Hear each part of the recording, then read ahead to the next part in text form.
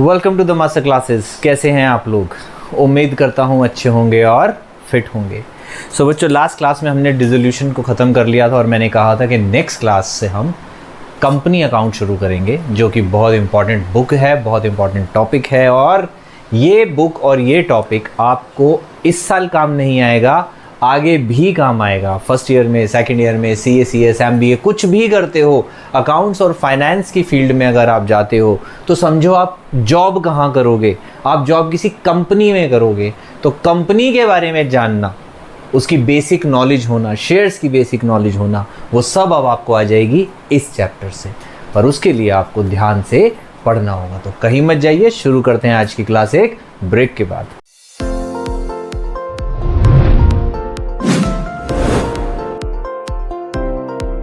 Welcome back. हाँ जी बच्चों, सबसे पहले समझते हैं कंपनी क्या होती है। देखिए, कंपनी किसको कहते हैं? कंपनी होती तो फर्म ही है। आपने 11th में पढ़ा होगा, फॉर्म्स ऑफ बिजनेस ऑर्गेनाइजेशन, ठीक है ना। एक बंदा भी होता है, पार्टनर्स भी होते हैं, कंपनी भी होती है, जिसको हम कॉर्पोरेट सेक्टर भी बोल देते हैं। ओके, जिसमें एक बंदा मालिक नहीं होता। मेजर शेयर होल्डर हो सकता है, चेयरमैन हो सकता है, जैसे कि अंबानी, टाटा, ये सब क्या है? रिलायंस का वो मालिक है। वो मालिक नहीं है वो अकेला, वो मेजर शेयर होल्डर है, ज़्यादा पैसा उसका लगा हुआ है। उसके अलावा तो अगर आपने 10 शेयर भी रिलायंस के खरीद रखे हैं तो आप भी रिलायंस के मालिक हैं। लेकिन इसका मतलब ये नहीं है कि आप रिलायंस के ऑफिस में जाके बैठ जाओगे, हाँ भी मैं मालिक हूँ, आ जाओ चाय कॉफ़ी मंगा लो, लात मार के भगा देंगे। ठीक है, अंदर भी नहीं जाने देंगे आप लोग। लेकिन जा सकते हो साल में एक बार। कब? जब एनुअल जर्नल मीटिंग होती है, जिसको AGM बोलते हैं। उस वक्त हर शेयर होल्डर कंपनी जा सकता है, क्वेश्चंस पूछ सकता है, किसी भी बात पे इंक्वायरी ले सकता है। बताओ ये कैसे हुआ, उनको बताना पड़ेगा। ये रूल है। कहाँ लिखा है? कंपनीज एक्ट 2013 में। समझे बच्चों? तो आपको इन सब चीज़ों को समझना होगा। अब बहुत ज़्यादा डीप में जाएंगे तो ये इतना लंबा टॉपिक है कि 12th खत्म हो जाएगी, कंपनी अकाउंट्स खत्म नहीं होगा। ओके, हम पढ़ते हैं कि 12th में क्या आ रहा है। तो 12th क्लास में हम पढ़ेंगे इसमें इशू ऑफ शेयर्स, पहले चैप्टर में, यानी कि शेयर्स के बारे में पढ़ेंगे। उस शेयर्स के बारे में पढ़ने से पहले मैं आपको थोड़ा सा बता रहा हूं कि कंपनी कितने टाइप की होती है। तो बच्चों, कंपनी 3 तरीके की होती है। OPC, जिसको हम बोलते हैं 1% कंपनी, प्राइवेट कंपनी और एक पब्लिक कंपनी। फर्क क्या होता है इन सब में? इसमें एक ही मेंबर होता है, यानी कि 1% कंपनी, नाम से पता चल रहा है एक ही आदमी होता है। पहले ये होता नहीं था, फिर ये फॉरेन में कॉन्सेप्ट आया था, अभी इंडिया में भी आ गया। 1% कंपनी। क्या एक आदमी कंपनी बना सकता है? देखो, आपने पार्टनरशिप पढ़ी है, प्रोप्राइटरशिप पढ़ी है। प्रोप्राइटरशिप में सबसे बड़ा प्रॉब्लम क्या होती है? अनलिमिटेड लायबिलिटी होती है, और कंपनी की कभी भी लायबिलिटी अनलिमिटेड नहीं होती। वो, हाँ जी बच्चों, 1% कंपनी। 1% कंपनी, देखो नाम से पता चल रहा है एक इंसान की। ऐसा क्यों करा? ये कॉन्सेप्ट क्यों आया? पहले नहीं होता था। ये कॉन्सेप्ट इसलिए आया क्योंकि एक इंसान जब कोई भी बिजनेस खोलता है तो वो होता है प्रोप्राइटरशिप। राइट, 11th क्लास में आपने P&L अकाउंट बनाना सीखा है, वो प्रोप्राइटरशिप का था। प्रॉब्लम क्या होती है? अनलिमिटेड लायबिलिटी होती है, यानी कि अगर लॉसेस हो गए तो उसको अपना घर बार, बर्तन, भांडे सब बेचने पड़ जाएंगे लायबिलिटीज पे करने के लिए। बात समझ में आ रही? तो कंपनी में हमेशा क्या होता है? लिमिटेड लायबिलिटी होती है। कहाँ तक लिमिट होती है? लिमिट होती है सिर्फ शेयर तक, जितने शेयर आपने खरीद रखे, कि वहीं तक आपके पैसे फंसे और उतने ही पैसे आपको देने हैं। उसके अलावा कोई पैसा आपको नहीं देना। आपका घर परिवार सब सुरक्षित है, अनटिल एंड अनलेस आपने फ्रॉड ना किया। अगर आपने फ्रॉड करके लोगों के पैसे लेके शेयर्स के और वो लगा दिए कंपनी में, और कंपनी में लोन्स ले लिए, ऐसा कुछ कर लिया और अपना घर भर लिया, जैसे कि कौन भाग गया है? एग्जाम्पल, अरे विजय माल्या, किंगफिशर वाला मालिक, क्या करा उसने? कंपनी खोली, खूब पैसे लिए, इधर के उधर करे, खूब कर्जा किया, खूब ऐश करी, अपने लिए वेल्थ जोड़ी। कितनी गाड़ियां थी, अगर वीडियोस ना देखी हो तो यूट्यूब पे देख लेना। जब बैंक वालों ने उसकी कार्स ली थी, पता नहीं कितनी 100 कार्स थी, और सारी करोड़ में। कोई भी कार करोड़ रुपए से कम की नहीं थी। इतनी तो गाड़ियां थी उसका, सारी फरारी, लैम्बोर्गिनी और जो भी होती है, राइट, ऐसी गाड़ियां उसके पास थी। अब उसने क्या करा? कंपनी खोली, लोगों से पैसे लिए, कंपनी के नाम पे लोन्स लिए, अपने घर में सब करा, फुल ऐश, फुल घर, फुल गाड़ियां, सब कुछ बढ़िया। और लॉस हो गया, लॉस दिखा के कंपनी कर दी बंद, लोन दिया नहीं, इसलिए गवर्नमेंट पड़ गई पीछे, इसलिए उसको इंडिया छोड़ के भागना पड़ गया। तो अगर ऐसा आप नहीं कर रहे हो, आपने ईमानदारी से बिजनेस किया, बहुत मेहनत करी, बिजनेस नहीं चला, लॉस हो गया, इट्स ओके, आपका घर सुरक्षित है। इसलिए कंपनी का कॉन्सेप्ट आया। बात समझ में आ रही है? प्राइवेट कंपनी में मेंबर्स 2 होते हैं, मैक्सिमम 200, पहले 50 होते थे। कंपनीज एक्ट भी पहले 1956 होता था, ये दोबारा लिखा गया, रिन्यू हुआ, जैसे सेल्स टैक्स जीएसटी बन गया, ऐसे कंपनीज एक्ट भी रिन्यू हो गया, 1956 से 2013 हो गया, राइट? ये लेटेस्ट एक्ट है सबसे। तो इसमें क्या हुआ, प्राइवेट कंपनी में 2 to 50 होते थे, बट 2 to 200 हो गए, और उसमें 7 से कोई लिमिट नहीं है, कितने भी हो सकते हैं। यहाँ पे भी वही चीज है अभी भी कि 7 मिनिमम और मैक्सिमम कोई लिमिट नहीं होती है। कुछ पॉइंट्स बता रहा हूँ, और भी पॉइंट्स है, बुक में पढ़ लेना। ओके, मेंबर्स हो गए। इसमें जो भी इंसान ऑनर है कंपनी का, वो अपना शेयर बेच नहीं सकता, यानी कि किसी और को फिर मालिक नहीं बना सकता। इसमें भी AOA means article of association allow नहीं करता, यानी कि मान लो मिनिमम 2 है, मैक्सिमम 2 से 50 लोगों ने मिलकर एक प्राइवेट लिमिटेड कंपनी खोल दी एक बार को, तो वो वही 50 लोग उसके ऑनर रहेंगे, वो अपना शेयर बेच नहीं सकते। लेकिन पब्लिक लिमिटेड कंपनी में क्या होता है, कोई भी इंसान अपना शेयर कभी भी बेच सकता है मार्केट में। जैसे कि आपको पता होगा, डीमैट अकाउंट्स होते हैं, ऑन फोन पे बैठे बैठे कभी भी आप किसी भी कंपनी का शेयर खरीद सकते हो, और किसी भी कंपनी का शेयर जो आपने खरीद रखा है कभी भी बेच सकते हो, कोई रिस्ट्रिक्शन आपके ऊपर नहीं है। ओके, तो जैसे कि ऑनर्स जो है अपना शेयर नहीं बेच सकते, ऐसे ही ट्रांसफर पब्लिक को ऑफर भी नहीं दे सकते कि भाई पब्लिक को क्या हम अपने शेयर्स बेच सकते हैं, नहीं, इसमें भी नहीं, उसमें बेच सकते हैं। देन डायरेक्टर्स कितने होते हैं बिजनेस चलाने के लिए? डायरेक्टर का मतलब शेयर होल्डर नहीं होता, डायरेक्टर वैसे चुना जाता है। ओके, इसमें minimum 1, maximum 15, minimum 2, maximum 15, minimum 3, maximum 15। नाम के आगे ओपीसी लगता है, नाम के आखिरी में क्या लगता है, प्राइवेट लिमिटेड कंपनी, और इनके नाम के आखिरी में क्या लगता है, लिमिटेड, जैसे कि Hindustan Lever limited, Reliance limited, Tata limited, ये सारी क्या है, लिमिटेड कंपनीज है, जिनके शेयर्स मार्केट में बिकते हैं, खरीदे जाते हैं। जो स्टार्टिंग में ऑनर्स थे वो भी अपने शेयर्स को जब मर्जी चाहे बेच सकते हैं, और फर्दर जितनी मर्जी बार बेच सकता है, जो खरीद रहा है बेच सकता है, ऐसा नहीं है कि खरीद के बेच नहीं सकते। बात समझ में आ गई? तो ये तो कुछ कंपनी के बारे में। अब सीखते हैं शेयर्स के बारे में कि शेयर्स क्या होते हैं।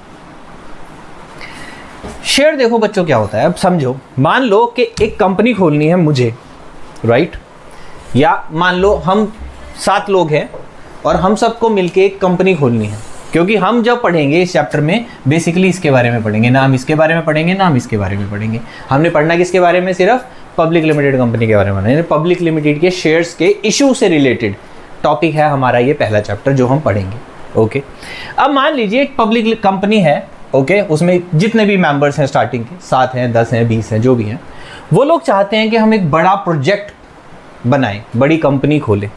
बट कंपनी खोलने के लिए फॉर एग्जांपल 100 करोड़ रुपीस चाहिए, ये हमारा बजट है, ठीक है। 100 करोड़ किसी एक के पास है नहीं, तो अब क्या करेंगे? तो अब क्या करते हैं ये लोग पब्लिक को ऑफर करते हैं। क्या करते हैं? पब्लिक को ऑफर करते हैं, ओके, और प्रोस्पेक्टस इशू करते हैं मार्केट में। क्या इशू करते हैं? जिसके अंदर पूरी डिटेल्स होती है कि भाई ये कंपनी है, ये कंपनी शेयर्स इशू करने जा रही है। देखो यहाँ लिखा है ना, पब्लिक ऑफर अलाउड है, तो पब्लिक को ऑफर दिया जाता है कि भाई हम ये प्रोजेक्ट चलाने जा रहे हैं, ये प्रोजेक्ट मार्केट में ला रहे हैं, इतना पैसा लगेगा, इतना टाइम के बाद ऑपरेशन शुरू होगा, इतनी रिटर्न्स आएंगी आपके पास। हाँ जी बच्चों, तो आपने मार्केट में सुना होगा बहुत सारी कंपनीज के शेयर्स आते हैं, जैसे कि पेटीएम के आए थे, LIC का IPO आया था, नाइका का आया था, बर्गर किंग का आया था। इसका क्या मतलब है कि सारी कंपनीज जो है पब्लिक को कह रही है कि भाई हम बिजनेस करना चाहते हैं, ये हमारा ऑफर है, आप अगर आपको लगता है कि ये एक प्रॉफिटेबल बिजनेस है तो आप हमें पैसा दीजिए, हम लगाएंगे। तो हर इंसान थोड़ा थोड़ा क्या करता है, उसमें कंट्रीब्यूट करता है, तो थोड़ा थोड़ा क्या डालता है, अपना शेयर डालता है, दैट इज कॉल्ड शेयर्स। पर अब वो शेयर्स को डिफाइन कैसे करेंगे? देखो शेयर क्या होता है, share is a part of total capital. अब मान लो 100 करोड़ रुपीस हमारे को चाहिए, कितने चाहिए? 100 करोड़। हमने एक शेयर की वैल्यू रख दी 100 रुपए, कितने रुपए रख दी? यानी कि टोटल कितने शेयर हो गए हमारे? 1 करोड़ शेयर्स हो गए हैं मार्केट में। क्योंकि ऐसे तो नहीं बोलेंगे ना, ऐसे तो कोई 15,000 पकड़ा जाए, कोई 20,000 पकड़ा जाएगा, किस किस का हिसाब रखेंगे?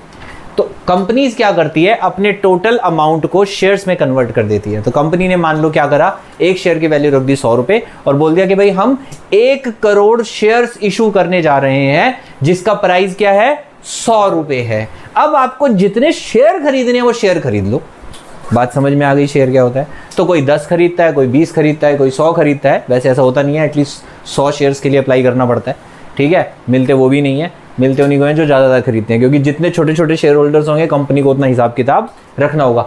अगर कब, जब मांगने वाले ज़्यादा हैं और शेयर्स कम है। बट मान लो हम 1 करोड़ शेयर इशू करने जा रहे हैं और खरीदने वाली 50 लाख आए हैं, तो क्या होगा? फिर तो कंपनी तो ये चाहेगी ना, दे दो सबको। बट मैं आपको बता दूं बच्चों, एक क्लॉज है कंपनीज एक्ट में मिनिमम सब्सक्रिप्शन का। वो क्या कहता है? वो कहता है कि भाई 90% शेयर्स तुम्हारे बिकने चाहिए। गवर्नमेंट ने गाइडलाइंस निकाल रखी। क्यों निकाल रखी है? समझो आपका प्रोजेक्ट कितने का है? 100 करोड़ का। अगर कहते हैं 90 करोड़ रुपए आ गए, 90% शेयर्स बिक गए, तो ही काम शुरू करना। मान लो 50 करोड़ शेयर्स बिक गए, तो तुम्हारे पास पैसे कितने आ गए? 50 करोड़। होगा क्या? ना काम चलेगा और ना ही काम रुकेगा। तो वो 50 करोड़ रुपए फंस जाएंगे लोगों के। अब जब तक बाकी के 50 करोड़ नहीं आएंगे, कंपनी चलेगी नहीं, और वो धीरे धीरे करे 50 करोड़ रुपए का क्या हो जाएगा? नुकसान हो जाएगा। तो सेबी तो पता है ना क्या होता है? What is SEBI? Securities and exchange board of India.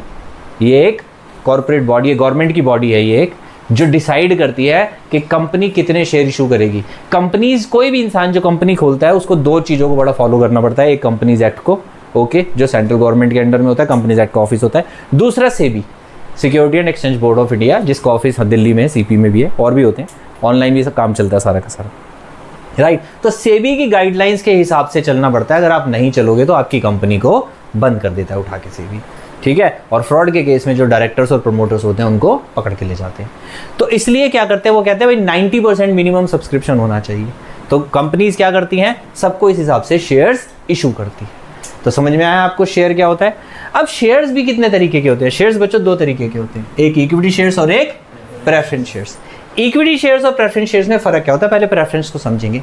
Preference shares वो शेयर्स होते हैं जिसमें शेयर होल्डर थोड़ा सा सिक्योर रहता है, यानी कि उसको एक फिक्स परसेंटेज या फिक्स अमाउंट का डिविडेंड मिलता है। डिविडेंड क्या होता है? डिविडेंड होता है पार्ट ऑफ प्रॉफिट, प्रॉफिट का हिस्सा। जो प्रॉफिट का हिस्सा, जब कंपनी काम करेगी तो प्रॉफिट कमाएगी, प्रॉफिट कमाएगी तो जिसने पैसा लगा सबको हिस्सा मिलेगा। तो उसमें वो फिक्स हो जाता है कि भाई इतना मिलेगा आपको, 10%, 12%, 8%, 9%, ऐसे होता है। तो लोगों को लगता है भी कंपनी अच्छी है, बैंक में तो इतने भी नहीं मिलने, इससे अच्छा इनको दे दो, ये ज़्यादा पैसे देंगे, राइट। किसी पे इनकम टैक्स भरना होता है और कभी कभी इनकम टैक्स नहीं भी भरना होता, वो अलग अलग प्रोविजंस हैं, उससे आपको कोई लेना देना नहीं है, बस आप इतना ही याद रखना। दूसरा, अगर कंपनी बंद हो रही है, क्या? तो बंद करने से पहले इक्विटी शेयर होल्डर से प्रेफरेंस शेयर होल्डर वालों को पैसे पहले वापस मिलेंगे। देखो, जब भी कंपनी बंद होती है, आपने डिसोल्यूशन पढ़ लिया, सबसे पहले किसको पैसे देते हैं? आउटसाइडर लायबिलिटीज को। फिर किसको देते हैं? पार्टनर्स के लोन को। फिर किसको देते हैं? बचा हुआ पैसा पार्टनर्स को। सेम कंपनी के केस में होता है, पहले आउटसाइडर्स को की लायबिलिटीज पे होती है, ठीक है, सारे डेट्स वेट्स सब दे देते हैं। फिर प्रेफरेंस शेयर होल्डर वालों को पैसे मिलते हैं, अगर बचते हैं तो इक्विटी शेयर होल्डर वालों को उनके पैसे वापस मिलते हैं, वरना नहीं मिलते। तो ये 2 जगह जो है प्रेफरेंस शेयर होल्डर वाले सिक्योर होते हैं। एक तो पैसे पहले मिलेंगे इक्विटी शेयर से, एक फिक्स परसेंटेज मिलेगी। इक्विटी शेयर वालों की परसेंटेज एक तो फिक्स नहीं होती, प्रॉफिट ज्यादा हो गया तो ज्यादा मिल जाएगा, कम हो गया तो कम मिल जाएगा, नहीं हुआ तो नहीं मिलेगा। और पैसे सबसे आखिरी में मिलेंगे। तो प्रेफरेंस शेयर होल्डर्स कौन होते हैं? जिनको फिक्स मिलता है और पैसे पहले मिलते हैं। और इक्विटी कौन होते हैं? जो प्रेफरेंस नहीं होते। क्या लिखा है बुक में? सिंपल बोल दिया, जो प्रेफरेंस नहीं है वो इक्विटी है, या दूसरे तरीके से बोलें तो जिनको कोई फिक्स परसेंटेज नहीं मिलती और पैसे भी आखिरी में मिलते हैं। बात समझ में आ गई? अब शेयर कैपिटल को समझेंगे अकाउंटिंग पॉइंट ऑफ व्यू से, ठीक है, कि शेयर कैपिटल क्या होती है अकाउंटिंग के पॉइंट ऑफ व्यू से। अकाउंटिंग के पॉइंट ऑफ व्यू से बच्चों 3 तरीके की शेयर कैपिटल होती है, authorize, issued and subscribe. Authorize capital के बारे में लिखा है section 2 subsection 8 of companies act 2013। क्या लिखा है कि मेमोरेंडम ऑफ एसोसिएशन में जो मैक्सिमम कैपिटल अलाउड होती है कंपनी को, जो लिखी होती है कि हम मैक्सिमम जैसे 100 करोड़ के शेयर्स इशू करेंगे मैक्सिमम, ये क्या हो गई? हमारी ऑथोराइज कैपिटल हो गई। इसमें से इशू कितने कर रहे हैं? अभी हम 100 करोड़ नहीं कर रहे, अभी हमने सिर्फ 20 करोड़ के शेयर इशू करे। परमिशन हमारे को मिल गई गवर्नमेंट से, हमने अपना बजट बना लिया 100 करोड़ का, 100 करोड़ के शेयर्स आएंगे, लेकिन कैसे आएंगे? धीरे धीरे करके आएंगे, सारा पैसा अभी हम ले ही नहीं रहे। क्यों नहीं ले रहे? टाइम लगेगा ना, पहले इतना लेंगे, फिर ये इंफ्रास्ट्रक्चर खड़ा होगा, फिर और लेंगे, फिर और खड़ा होगा, तो धीरे धीरे करके लेंगे। तो इसमें से जितने इशू कर रहे हैं पब्लिक को, दैट इज इशूड कैपिटल। अब पब्लिक ने जितने मांगे हैं, देखो मैंने तो दुकान खोल ली, मेरे पास 100 चॉकलेट है, मैं 20 बेचने के लिए रख दी काउंटर पे, अब खरीदते कितने हैं लोग? दैट इज सब्सक्राइब्ड, कि मेरी चॉकलेट खरीदने कितने हैं, यानी कि शेयर्स पब्लिक मांग कितनी रही है, रेडी कितनी है लेने की, that is subscribe capital. Subscribe में भी दो होते हैं, सबके सेक्शन है, लिख लेना, एमसीक्यू में सेक्शन आ सकते हैं आपके।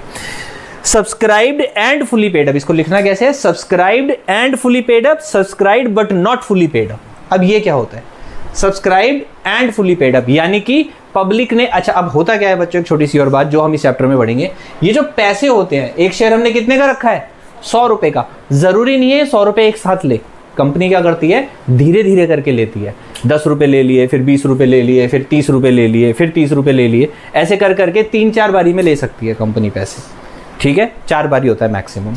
Okay, application, then allotment, then first call, then second and final call, right. तो 4 बारी में कंपनी ये पैसे ले सकते हैं, कोई 25-25 करके ले लेती है, मतलब किसी भी रेशो में ले सकते हो, और जरूरी नहीं है 4 में लेने, 3 में भी ले सकते हो, 2 में ले सकते हो, और एडवांस भी ले सकते हो, ऐसा कोई पक्का नहीं है।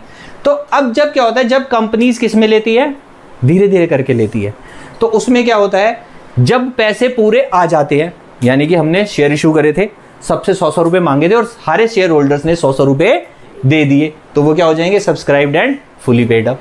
जब शेयर होल्डर्स ने पैसे नहीं दिए तो उसको क्या बोलते हैं, subscribed but not fully paid up. मान लो कि हमने कितने 1 करोड़ शेयर इशू करे थे, उसमें से 10,000 या 1 लाख शेयर होल्डर्स ऐसे हैं जिन्होंने 20-20 रुपए अभी नहीं दिए, तो वो क्या हो जाएंगे, subscribed but not fully paid up. इसमें एक और चीज आती है, कौन सी चीज आती है, मान लो कि हमारा शेयर कितने का था, 100 रुपए का, उसमें से हमने पहले 20 रुपए मांगे, फिर 30 रुपए मांगे, फिर 30 रुपए मांग लिए, कितने मांग लिए, 80 मांग लिए, अभी 20 रुपए हमने मांगे ही नहीं है, तो वो भी क्या हो जाएंगे, सब्सक्राइब्ड बट नॉट फुली। तो बेसिकली उसको कॉल्ड अप बोला जाता है, नॉट फुली कॉल्ड अप। तो कॉल्ड अप और पेड अप वो आता लेकिन इसी कैटेगरी में, जब आप प्रैक्टिकली इसको लिखोगे तो आपको यहीं से पता चलेगा। समझ में आया? तो उम्मीद करता हूँ कि ये थ्योरी का सेशन और ये नोट्स आपको अच्छे से समझ में आ गए होंगे।